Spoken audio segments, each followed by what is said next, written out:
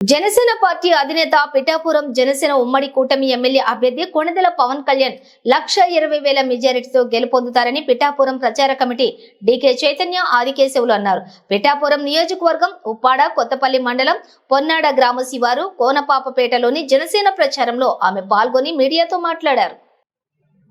పవన్ కళ్యాణ్ గెలిస్తే fishing harbour నిర్మాణం పూర్తి చేస్తారని, మత్స్యకారులకు అండగా ఉంటారని, బీచ్ రోడ్డు రక్షణకు చర్యలు తీసుకుంటారని, మత్స్యకారులు బీమా 10 లక్షలు వచ్చేలా కృషి చేస్తారని, అర్హులందరికీ ఇళ్ల స్థలాలు ఇస్తారన్నారు. ఈ కార్యక్రమంలోని మత్స్యకార నాయకులు కంబాల దాసుబాబు, పల్నేటి బాపన్న దొర తదితరులు పాల్గొన్నారు. నంబర్ 8 కొల్లాపూర్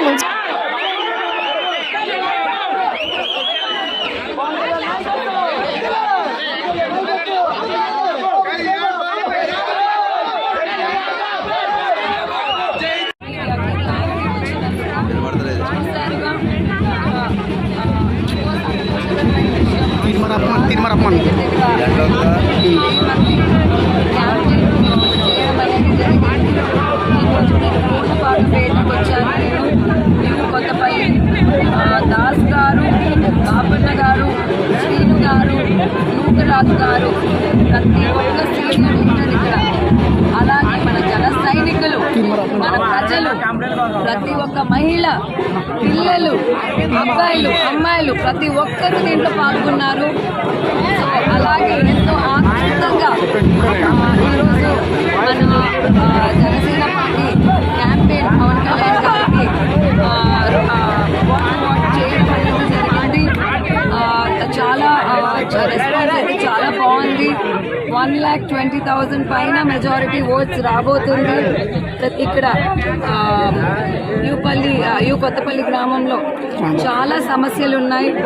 వీళ్ళకి హౌసింగ్ ప్రాపర్ ఫెసిలిటీ లేదు, ఫిష్ డ్రైయింగ్ చేసడానికి ఒక ప్లేస్ లేదు, అలాగే హార్బర్ స్టార్ట్ చేశారు కంప్లీట్ చేయలేదు, జెట్టి స్టార్ట్ చేశారు కంప్లీట్ చేయలేదు, కారిడార్ స్టార్ట్ చేశారు అది కూడా కంప్లీట్ చేయలేదు.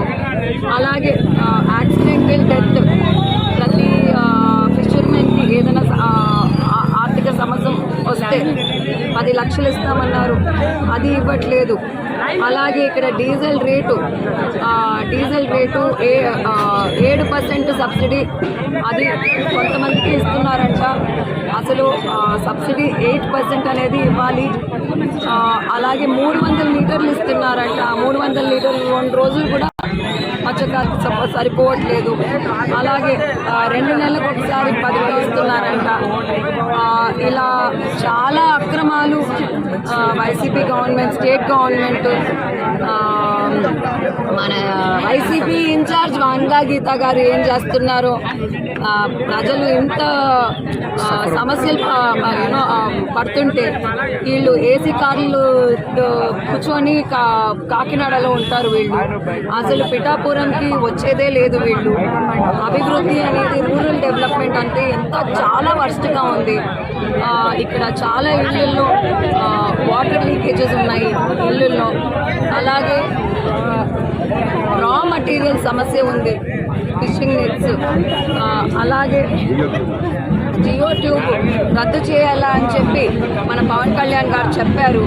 అయినా సరే ఇంకా చేయలేదు వాళ్ళు. సో ఈ ప్రభుత్వం వచ్చినాక ఆ జియో ట్యూబ్ మన పవన్ కళ్యాణ్ గారు రద్దు చేస్తామని హామీ ఇచ్చారు. అలాగే హార్బర్ కంప్లీట్ చేస్తామని హామీ ఇచ్చారు. అలాగే లాజిస్టికల్ పార్క్తో పాటు కోల్డ్ స్టోరేజ్ ఎంత అవసరమో మత్స్యకారులకి దాన్ని పెట్టిస్తామని చెప్పారు.